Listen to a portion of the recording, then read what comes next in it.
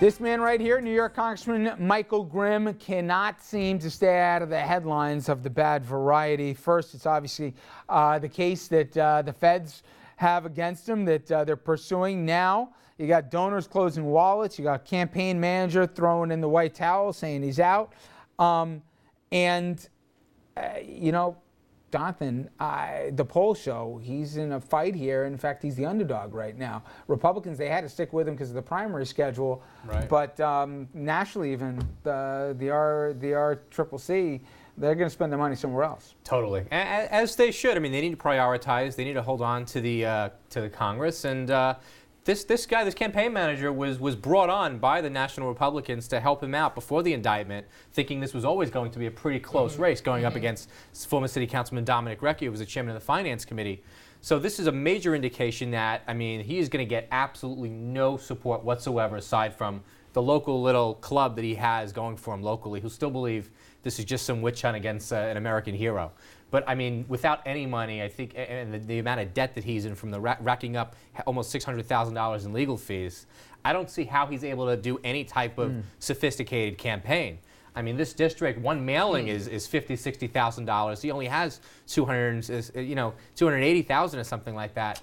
He's got major problems. He does have the numbers in his favor, though, in terms of voter registration in Staten Island. And in that district leans, what, 7, 8 points Republican? So yeah, it's an R+6 district, and it does even better in the non-presidential years. Obama won the district by 1 point.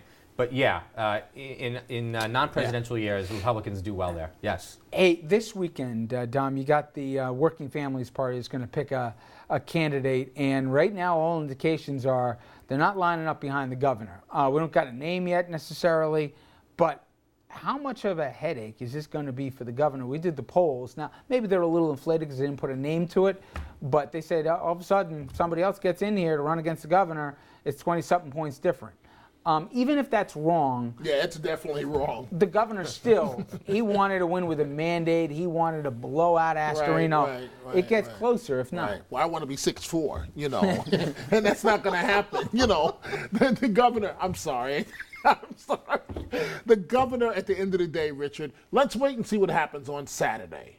I'm not necessarily sure that the Working Families Party is going to abandon this governor, because if they run someone... So you say no. You say they go with him. No, I'm saying I don't know what's going to happen, because if they don't go with Cuomo, it is a full declaration of war. Are you with him? You think they go with him or no? I think they probably will. What are they going to do, put up somebody that nobody's ever heard of before? It's not going to be Cynthia Nixon. It's not going to be... Yeah, I mean, third-party candidates in these polls always outperform with the realities on the ballot. You all think it's going to be they'll hold their nose, but they'll get behind the governor? They will, yeah, yes, absolutely. The same way the legislature has. Absolutely. And if it's not, it's going to be somebody you've never heard of who's going to pull, what, 3%?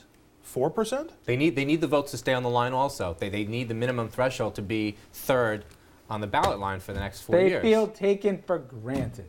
But yes, who does? They'll make their case and they'll nod and they'll support him. Well, we will go from politics now to much bigger problems in an election, and that is what's going on in Ukraine right now. Troops and pro-Russian separatists intensifying gun battles, and we're going to be talking to a friend to the program who's on the ground in Ukraine right now monitoring those elections. He'll tell us what he's seeing and hearing after this.